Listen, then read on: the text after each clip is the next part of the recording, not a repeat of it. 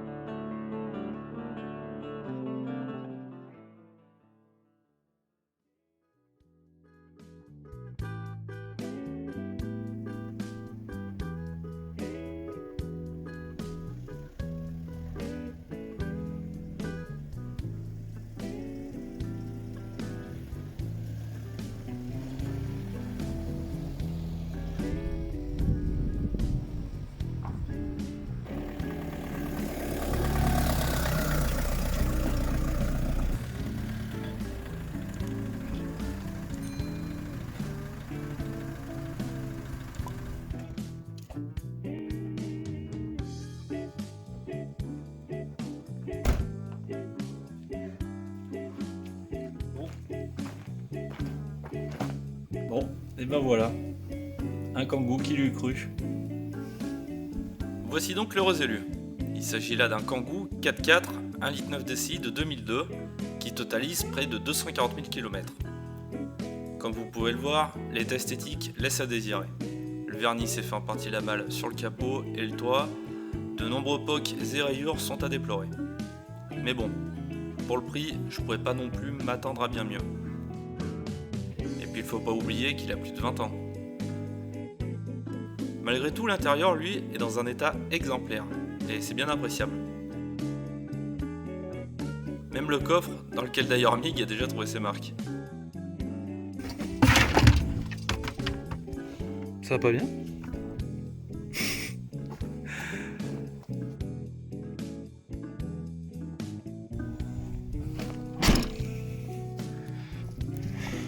On va aller regarder un petit peu ce qu'il a sous le capot.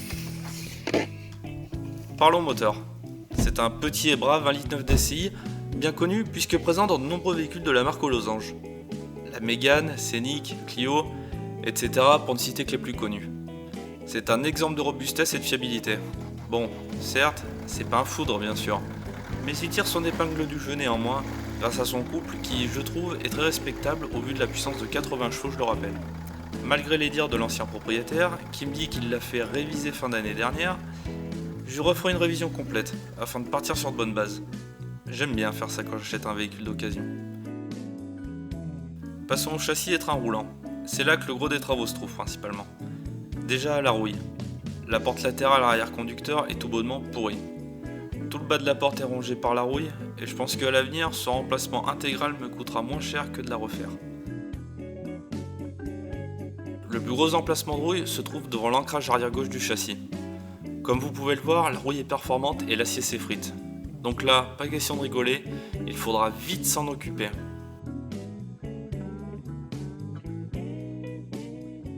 Côté transmission, nous aurons les soufflets de cardan qui sont percés. Seul ce côté boîte sont HS, mais quitte à les démonter, je ferai aussi ce côté roue. L'arbre de transmission aussi est à changer. En effet, le télescopique qui permet l'accouplement de l'arbre avant et arrière a beaucoup de jeu et je pense que la casse est imminente. Et pour finir, les amortisseurs arrière ainsi que les disques et les plaquettes. Le reste du châssis, lui, est sain et ne présente pas de problème mécanique. J'avais déjà testé les problèmes en amont de l'achat et avait pu négocier le prix du Kangoo grâce à ça. Bon, je pense qu'on a fait le tour. Maintenant, ce qu'il nous reste à faire, c'est de commander toutes les pièces, de se retrousser les manches et de remettre en état ce bon vieux Kangoo. Étant donné qu'on parle là d'un véhicule à 4 roues, j'en profite au passage pour vous conseiller la chaîne d'un youtubeur que j'adore. C'est Eddie, de la chaîne Smell Like Gasoline. Son truc à lui, c'est de trouver des voitures plutôt rares ou d'exception qui sont pour la plupart abandonnées ou bien victimes de panne qui lui permettent justement de les acquérir à petit prix. Et après, il les restaure afin de leur remettre les roues sur la route et leur redonner leur charme d'antan. En passant de Aston Martin, Audi, BMW et même des Honda, il a le garage tout le temps rempli de pépites qu'il rénove avec passion. Ses vidéos sont super bien tournées, pleines d'explications et ultra qualitatives. Je vous mets le lien de sa chaîne en description.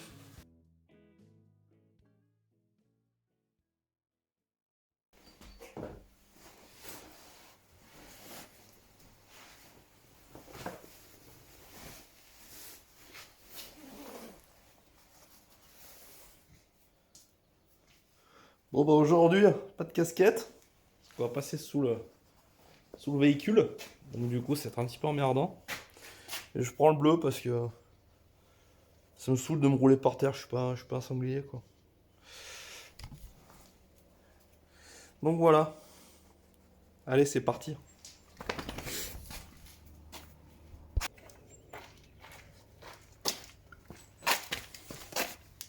Commençons avec un petit inventaire des pièces que j'ai reçues et qui viendront très vite se greffer à notre Kangoo.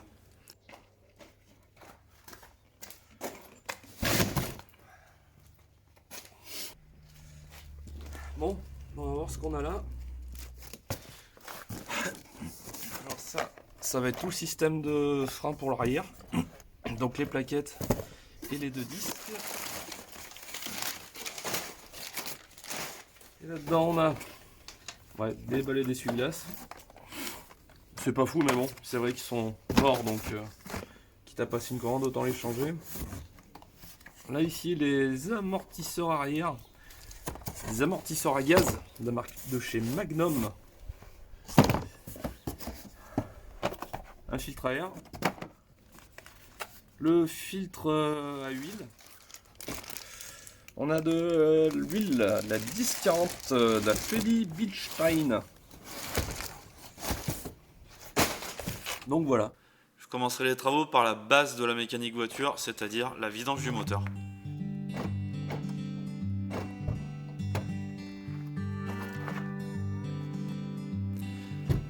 J'aurais auparavant bien sûr fait monter le moteur en température.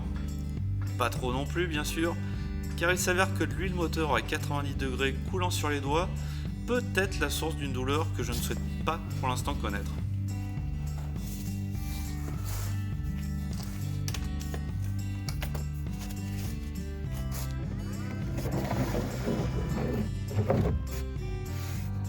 Yeah boy.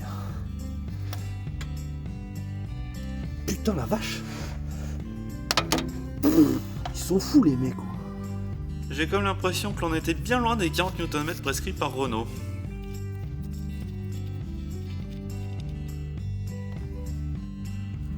Tadada.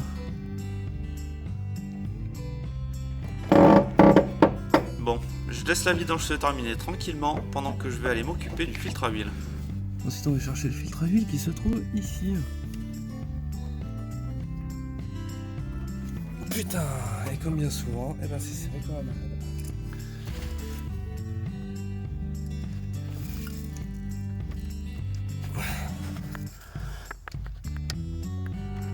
Ça vient. Oh, tout doucement. Je peux vous assurer qu'il était serré. Il était bien serré. Maintenant, à la main, il devrait venir. Voilà.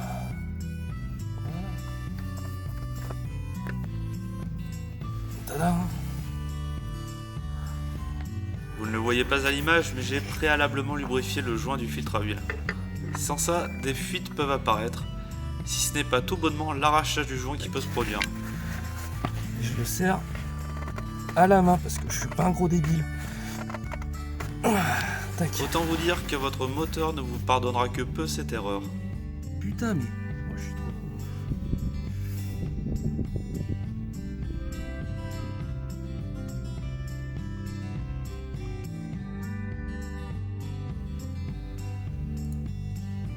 Quitte à être dans les filtres, autant y rester. Alors changement du filtre à air au passage.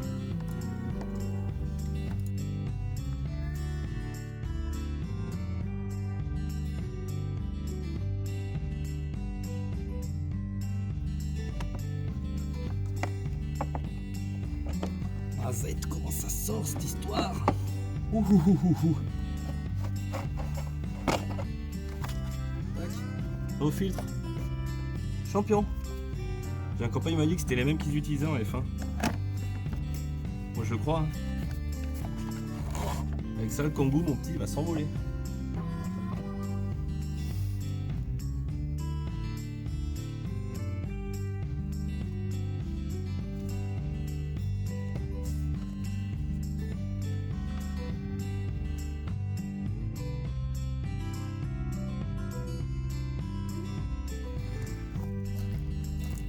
Direction la poubelle.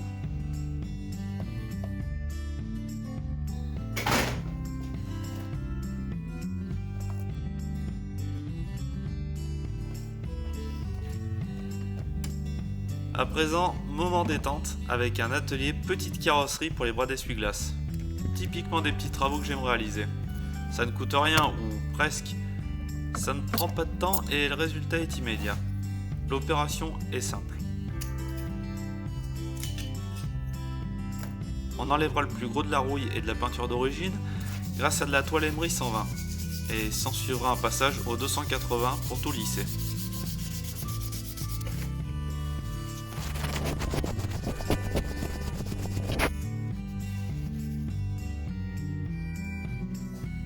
Une sous-couche d'anti-rouille qu'on laissera sécher 2 heures à peu près avant de lui rendre sa couleur d'origine grâce à une bombe noire satinée.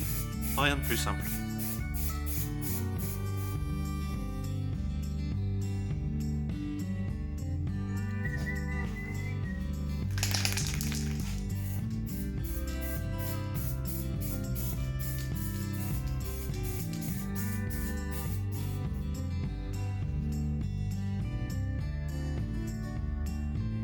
Et voilà, on se retrouve 2 heures plus tard.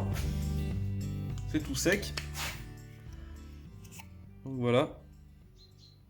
Impeccable. Donc là-dessus, on va monter les nouveaux balais d'essuie-glace. C'est des...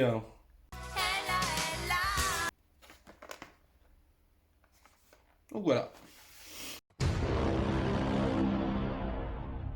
Putain mais oh, je suis pas plus débile qu'un autre quand même. Ah. Je comprends rien à ce machin.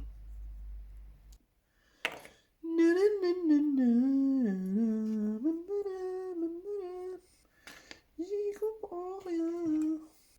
Oh, je suis débile.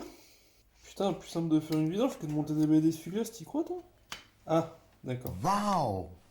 Et tac. Ok.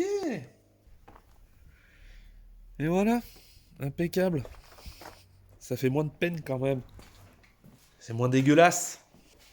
Je sais que ça sert pas forcément. Hop là. Reste là toi.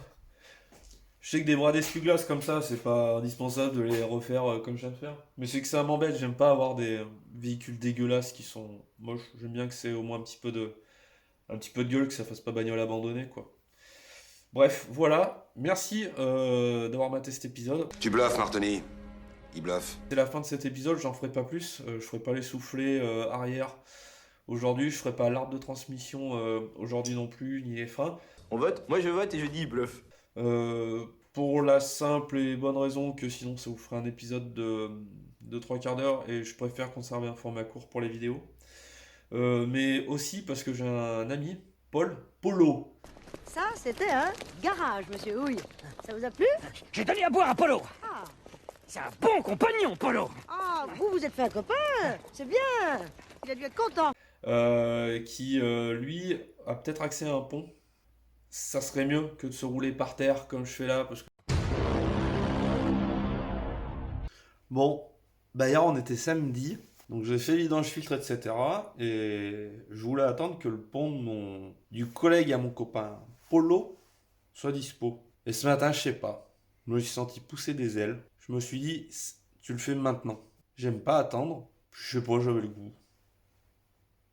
Alors c'est parti. Donc aujourd'hui, ce qu'on va faire, ça va être les soufflets de cardan à l'arrière, l'arbre de transmission télescopique. Et on regardera aussi, donc oui, les freins, et on fera aussi, on commencera à préparer le terrain pour la rouille. J'ai un carré de rouille dessous, vers le bas de caisse. Je vous remonte les images si vous les avez pas vues. Et j'aimerais bien commencer à regarder, au moins peut-être découper l'empreinte pour la tôle que je vais souder.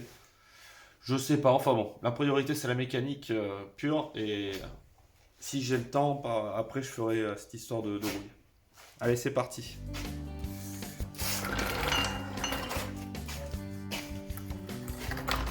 C'est lourd.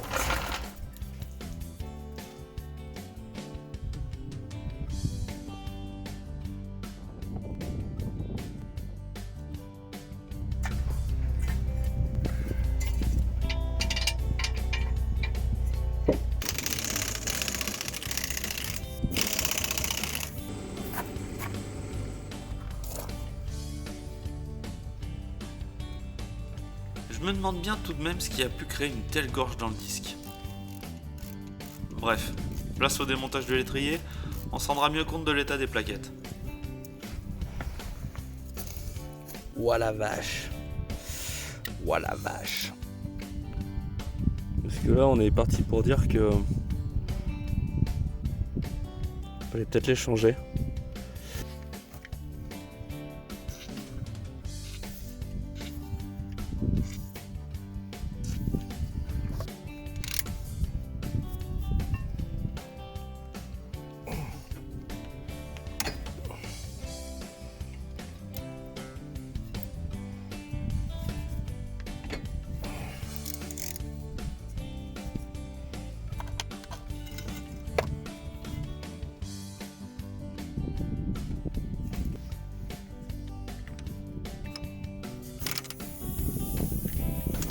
C'est dans ces moments-là qu'on est content d'être un minimum équipé. Vous ne le voyez pas à l'image, mais j'ai bataillé un moment avec cet écrou. Sûrement la faute aussi à mon tuyau d'air au diamètre ridiculement petit.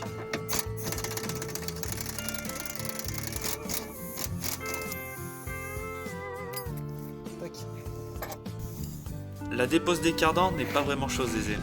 En effet, il faut désolidariser le pont de l'arbre principal et du châssis. Pour le démontage, ça va. Mais le remontage s'annonce compliqué tout seul.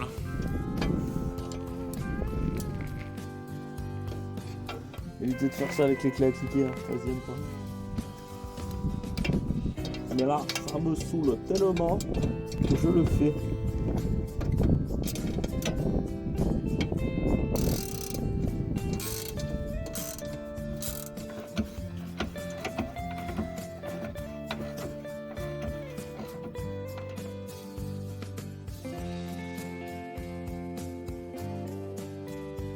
Bon, je vous ai pas attendu. Hein. Voilà. Mais alors, c'est une galère. Je suppose qu'il doit y avoir une autre technique parce que tombe à chaque fois la boîte pour faire les soufflets. Je comprends pas pourquoi. Donc voilà, donc j'ai dû défaire l'arbre, sinon ça passait pas. Pour tout sortir. Donc voilà, maintenant atelier soufflé.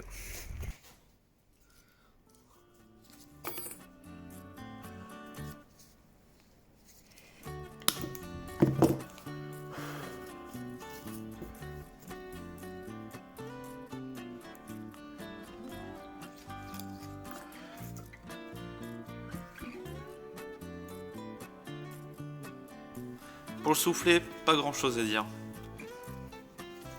Si comme moi vous n'avez pas d'écarteur à soufflet pneumatique, vous devez alors extraire le tripode de tête.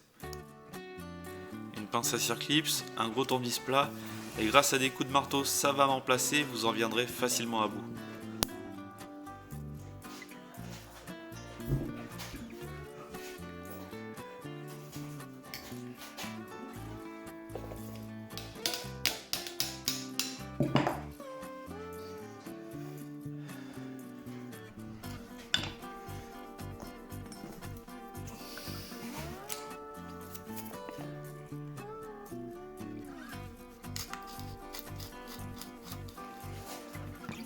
Et au remontage, bien sûr, n'oubliez pas de regraisser.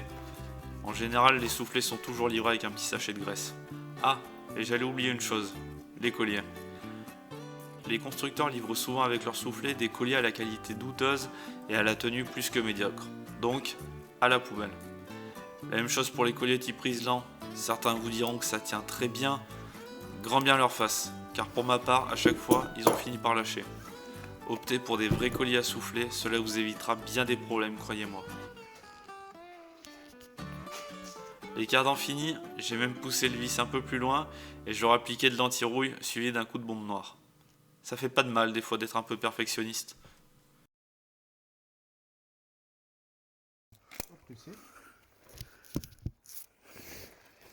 Place à présent au remontage. Et par chance, mon ami Julien était de passage à la maison ce jour-là.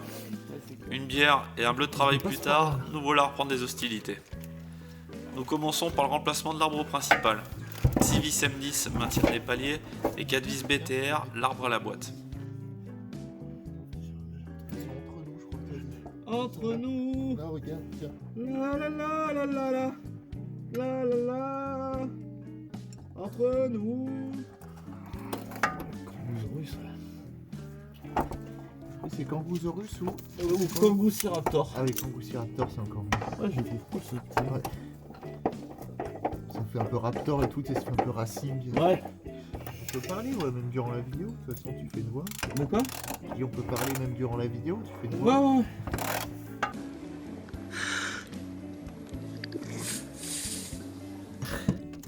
On serre les dernières vis et direction l'ensemble cardan-pont.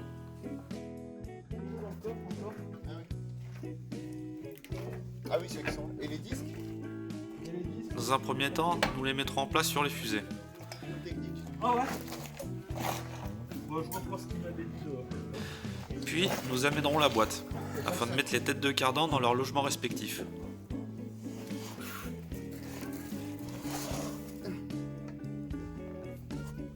Stop. C'est bon, vas-y, repousse en avant. Et vu les acrobaties effectuées, je suis bien content que Julien soit là en renfort.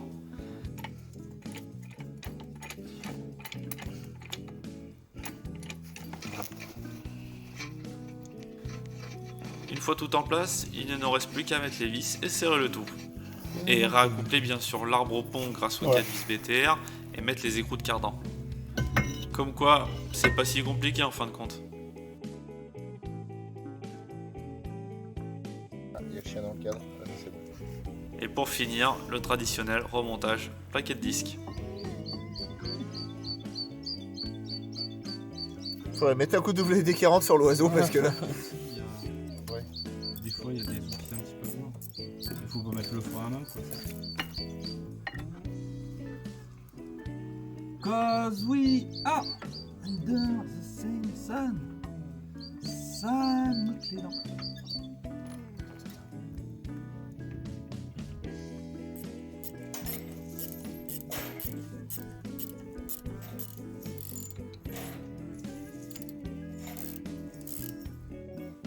Après avoir tout remonté et remplacé l'huile du pont, direction un petit tour d'essai. Pas de bruit suspect, un Kangoo qui a la santé, bref, je suis content. Je vous remercie d'avoir regardé cet épisode jusqu'au bout. Dites-moi en commentaire si vous appréciez aussi la mécanique sur 4 roues. J'espère que oui, car je réserve encore beaucoup de choses pour ce petit Kangoo. Bon, sur ce, je vous laisse, j'ai encore pas mal de boulot qui m'attend. A bientôt.